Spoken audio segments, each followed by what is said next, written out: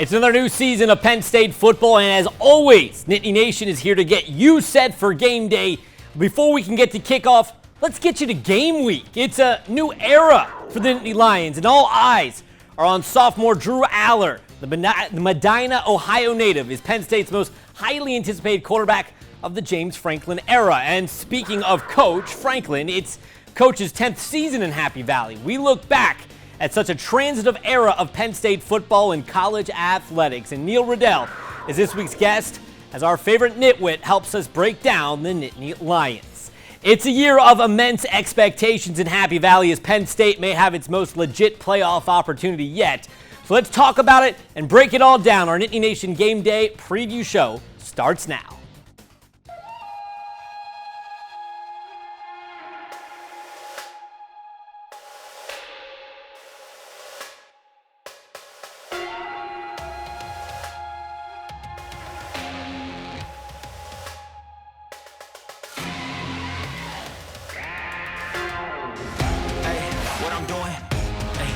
To it. Yeah, the money is talking, I'm flowing, it's coming in just how I drew it. Yeah, you know what it is. Hey, we doing it big. Look up, there is no limit, no, we cannot settle for this. Yeah, can't stop, nah, won't stop. Yeah, it's been on live. You don't believe it, just watch.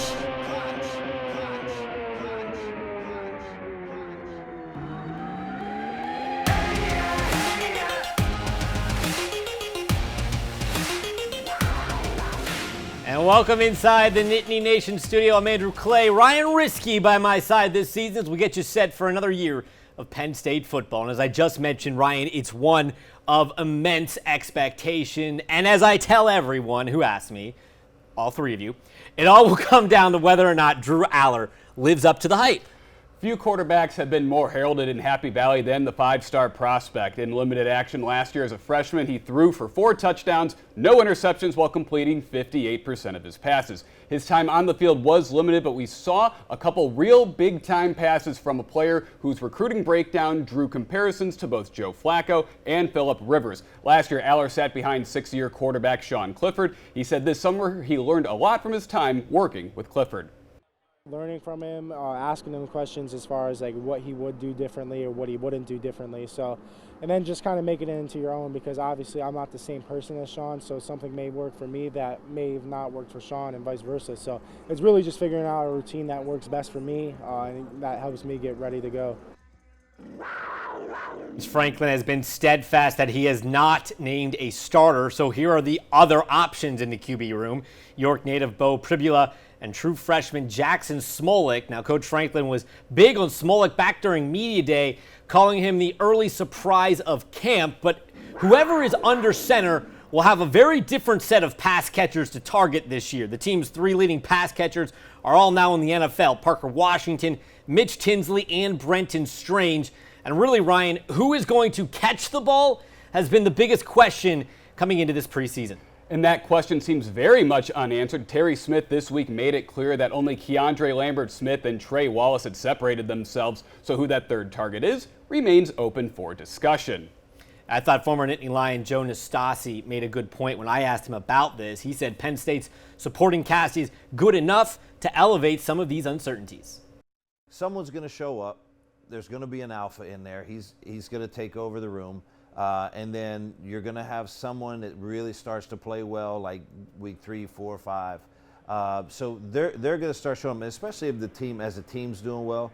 Your run game's good. They're going to be in better spots. They're going to have more opportunity. They're going to have a good offensive line, so they'll have some time in the routes. But if you have all the pieces, now all of a sudden those average positions become really good just because of what you have on the other side of it. Stasi was the guest on the Nittany Nation Overtime preview show featuring the Nitwits. You can watch that show Sundays on WTAJ or catch the podcast, which drops Monday mornings. We know Keandre Lambert-Smith and Trey Wallace will be those top receivers, but who is number 3? Is it tight end Theo Johnson or Kent State transfer Dante Cephas? What about Amari Evans and Tyler Warren? But Ryan, let's flip to the other side of the ball now and let's talk defense. Well, this is where Penn State lost 2 tent poles in Tig Brown and Joey Porter Jr., but we think we both can agree here that there are very few concerns about this defense. Yeah, really none. No, and this pass rush is elite, and that'll take pressure off the back end. Adisa Isaac and Chop Robinson are the studs on the edge. Penn State led the Big Ten in tackles for loss and sacks, and when those two aren't getting home, it's Abdul Carter getting there. He led the team in sacks last season with 6.5. The front seven is easily the team's deepest and best position, and under Manny Diaz for a second year, there seems to be no reason they aren't even better. I think what makes Chop great is Adisa Isaac. I think what makes Adisa great is Nittany. The best defenses I've been a part of in terms of getting after the quarterback, including us a year ago, is because we had multiple waves of guys that could be relentless and not have to pace themselves to try to last the 60 minutes. They could go as hard as they could go, and they knew the guy coming in behind him, and that's hard on offensive linemen. And so we're blessed to have lots of guys who can create havoc and lots of guys who can cover. Year one under Manny Diaz was a thing of beauty. You said that the tops in the Big Ten in sacks and tackles for loss. They were in the top 5 nationally in those categories, 7th nationally in turnovers created, and 2nd in passes defended. A big part of that success on the defense was Kalen King, whose 21 passes defended was 3rd in football. He and Adisa Isaac were named preseason AP All-Americans. It's the first Nittany Lion duo to grace the preseason first-team list since Micah Parsons and Pat Fryermuth. Similar with all of our players, I mean, really what we're looking for is that you don't get to carry over what you did a year ago into this season. And the first thing when you're talking about anything with defensive back play, you're talking about a sense of urgency and playing with that chip on your shoulder, which I really thought he did a great job of a year ago when he was really the unknown because everybody was talking about Joey. Everyone knows who number 4 is right now, but you cannot lose that edge that you had about you that really made you great the year before. Manny Diaz with great insight there on Kalen King. But let's head to our first break. When we come back, last year was the year of the freshmen. Katron Allen, Nick Singleton, Abdul Carter, what they say about repeating in 2023. Plus, we take a look back at the James Franklin era, how the past 10 years has been one of the most transformative in college football. Stay with us. You're watching the Nittany Nation Preview Show. You're watching Nittany Nation Game Day. The last time we saw Penn State football, it was all smiles as the Nittany Lions celebrate a Rose Bowl victory, the first since Kerry Collins and company back in 1995. Sean Clifford and Tig Brown named the MVPs. But Ryan, what a game it was for freshman Nick Singleton, who ran for 120 yards and 2 scores in the victory. The kid really shined in Happy Valley all last season. Yeah, and it wasn't just him. It was the year of the freshmen last season. Katron Allen, Singleton, and Abdul Carter were probably the best freshman trio that Penn State has had in recent memory. How did they do better? We've seen Allen bulk up. Carter said the same thing, and Singleton says being more involved in the passing game will make him more impactful. I always kept my mind on that, getting better with that, pass blocking, working on the line, see how they block and stuff, receivers, how they run routes, how they release, stuff like that. Physically, I'm bigger, I'm faster, I'm stronger. I feel like the game's slowing down for me a bit, just being here, being in the system, and just understanding college football more. It's hard to imagine Penn State hitting another home run with the freshman 3, that there just aren't many places to make an impact this year. But guys like Tony Rojas, Javon Williams, maybe some names to watch for those in the public. They might have early opportunities against West Virginia, Delaware, UMass, and after the bye. Let's peek now at the schedule. Here are some important dates. Of course, next week's opener against WVU, the two's first meeting in football since back in 1992. The Nittany Lions host Iowa then for the whiteout September 23rd, but we expect this year to come down to really 2 games. At Ohio State in October, and then home against Michigan in November. Well, James Franklin enters his 10th season with the squad. Hired back in 2014, Coach Franklin came to Penn State during what was not one of the most transitive eras in football, in Penn State football, but in college football history. Special day today. Jacob Conker alongside Casey Kansas. James Franklin officially introduced as Penn State's 16th head football coach all time. He had his wife. On a rainy Saturday in January of 2014, James Franklin and his family stood in Beaver Stadium, soaking in their new home. We are going to dominate the state. That's the first thing that we're going to do. I believe in the high school coaches in the state. I know how well they're coached and developed. Coach Franklin adopted a program in transition, reeling from sanctions, some labeled worse than NCAA's death penalty. But in hindsight, it wasn't just Penn State going through transition. You know, I think you guys have heard me say this before. There's probably been more changes in the last 5 years than the previous 50. And I don't think it's close. Today, college football looks nothing like it did when Franklin took the job. The transfer portal, NIL, and conference realignment have been game changers. It was the 90s when the Big Ten's move east into Happy Valley was taboo. Next season, the conference will span from sea to shining sea. Obviously, with what you see that's going on in college football right now, it's not shocking, you know, that these things are kind of happening. It's somewhat sad in some ways, not that these people are being added to our conference, because I think obviously there's a lot of strategy that goes into that. It's just very different for most of the people in this room. It's very different than the college football that we all grew up with, and not really college football, college athletic. Franklin's not without his critics, many pointing to a gaudy contract and an inability to win the big games. But amidst a turbulent era in college football, Penn State has been steady, and James Franklin stabilized a program some thought would never succeed again. I don't take it for granted one day. This is a special place and a special community with history and tradition and passion. At 10 years, James Franklin's the second longest tenured coach in the Big Ten, behind Iowa's Kirk Ferentz. When we come back, Chief Nitwit Neil Riddell is on set as we break down the season, why he compares Kerry Collins and Drew Aller next. You're watching Nittany Nation Game Day.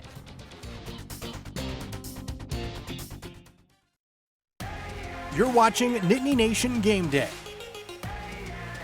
Well, back here on Nittany Nation Game Day, this week's weekly one-on-one is with my favorite nitwit. Don't tell Mark. Neil Riddell. He's one of the hosts for Nittany Nation Overtime. Be sure to catch that on WTAJ. It's also on Apple and Spotify. Neil, it's another season of Nittany Lion football. There's no denying the expectations around this Penn State football team, but where do you think the legit roof is for this club? Well, I mean, if everything comes together, can they run the table? I mean, I think that's what we're trying to determine. This is 10 years for James Franklin, and he has done a very good job taking the program, you know, into the edge of the top 5. Can he and they make that next step, go from really good to great, or elite, as he once said? So I think that is what the storyline is. Can they beat Ohio State? He's 1-8 against them. Michigan, they have had some success, but they got whacked last year. So can you beat one or both of those teams? And I think they have a lot of talent to do it. What was the last time you legitimately thought 13-0 was an option? Well, it would go back a long time. I mean, you know, they were, toward the end of the Paterno era, they were still playing at a pretty high level. You know, obviously everything changed after that. But the mid-90s, they were a great football team, and, you know, they were the program of the 80s, really until Miami came along. And they beat Miami in '86. So, hey, you know, I think that would be a little premature to put them in that historical perspective with Penn State. This team has to prove that. But, you know, Penn State fans are used to a high bar, and I think they're starting to really enjoy chasing that this year. I think there are no bones about it. It all comes down to Drew Aller. There is a lot riding on the sophomore quarterback. How do you feel the expectations on Drew Aller compare to other quarterbacks you've covered? You know, they let him get his feet wet last year. A lot of people, even on our show, we wanted, you know, after the first loss of the season, we thought, hey, the time is now. You had seen 4 years or 6 years of Clifford. But, you know, James did it his way, and it turned out, you know, staying committed to winning every game you could and finishing the season strong. But, you know, this kid is the most decorated quarterback Franklin has recruited, so there's a lot of expectations. You know, it came up about Christian Hackenberg. That was really new. Everything was new with Bill O'Brien. So, you know, I think that he's the most anticipated quarterback we've seen. You got to go back really, I think, to the Kerry Collins era. And that's awfully high praise. High praise a lot of people give to the defense now. Manny Diaz's first season was electric. Would you expect that defense to be better or the same, or expect teams to kind of catch up a little bit now that there's a year of tape? Well, you lost great players in the secondary with Joey Porter and Jair Brown. Certainly, Jair Brown was a great leader as well. Joey might start for the Steelers. But, I look at this team has to prove they can stop the run in the clutch, and that would be against Michigan. At times, Michigan, and not just last year, but over the years, Michigan has at times overpowered Penn State. So I think that this defense has a chance to be really good linebackers, good front seven, a lot of depth. So that'll be the challenge. Can they hang in there physically? And, the other problem is they've let wins get away against Ohio State, particularly because they couldn't defend the pass well enough. Yeah, we saw that absolutely last year when things changed there in the fourth quarter. You mentioned the front seven being good. We know how great that is. They have great pass rushers, Chop Robinson and Adisa Isaac. But this isn't new for Penn State to have great D ends. The Aaron Mabin, Maurice Evans year. They've had these groups of great pass rushers in the past. How do you think this group then compares to those groups? Well, it's like last year, you beat Utah at the end. But I think when you're Penn State football and you're putting 107,000 people, there's a big disparity within the conference and around the country. It's like, who did you beat? And so I think we'll measure these guys. Chop Robinson, these guys have a chance to be high round draft picks. And so, that's the best friend of a secondary. I mean, when they had Pete Harris, Franco's brother, and going back to Neil Smith, guys that set interception records with 10 in a season, it was because, and we're going to have Steve Smear in at some point this year, it's because they had a great defensive line. And that's a secondary's best friend. Neil, I know you know this, but you're dating yourself with those references right there a little I'm bit. getting old, I know that. Last season, the freshmen played so well. Yeah. There's no chance that's a repeat success, but is there any singular freshman that you think stands out this year? Is there even anyone going to get a chance? On defense? I just mean in general. Like, look at the running backs. You're not getting, but I'm saying you're not getting three freshmen again that are going to be stars. But is there going to be one freshman? I think it'll be harder for a true freshman. Rojas, the linebacker, they're high on. Looked good in the blue-white game. But I'll admittedly, I don't, comb the roster. Well, they don't give us a depth chart. Yeah, right. Quite for I don't cover recruiting as well as some other people, but I think Rojas is a guy that they've been talking about. I think Javen Williams might be another one to watch. Yeah. And I think they have him in that second tier, or at least that's what it was in that open practice the other week. So I think he's a guy worth, especially if they have any health issues on the offensive line. Well, he is Neil Riddell, Chief Nitwit from Nittany Nation Overtime in the Altoona Mirror. He's been covering the team a very long time. Neil, I always appreciate you being with us. Thanks, Andrew. Have a great season, huh? When we come back, our final notes. Ryan and I give our predictions for the season as we close our Nittany Nation season preview. Watch Nittany Nation Game Day on these great stations every week. WFXP in Erie, WHTM in Harrisburg, WPHL in Philadelphia, WYOU in Wilkes-Barre, DC News Now in Washington, and WTAJ in Altoona.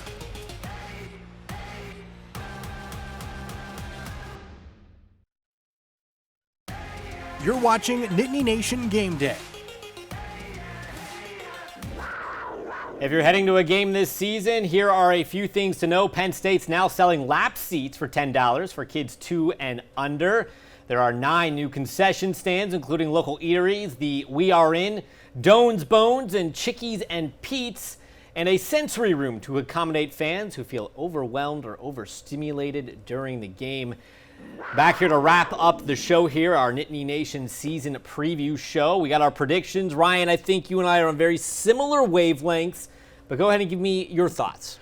Well, I think they're going to go 11-1. I think this is the year they storm into the horseshoe and leave with a win at Ohio State. Although this team's going to go as far as Drew Allar's golden arm can take them, and he could take that offense to the next level. Yeah, I'm really with you on Drew Allar being the arm that takes him there, but I'm going with 10-2. Look, I would love nothing more to see this team go 12-0, and I think this team has the talent to do so, but Penn State has a really bad habit about making dumb midseason meltdowns. And as young as this crew is, I could see a silly 9 overtime loss in week 9 in the rain, and we've been there. We don't talk about that one anymore. It's like Bruno. We don't talk about Bruno. We don't talk about. That was an exhausting day too. We don't talk about Illinois. Okay. Any final thoughts before we wrap up this show?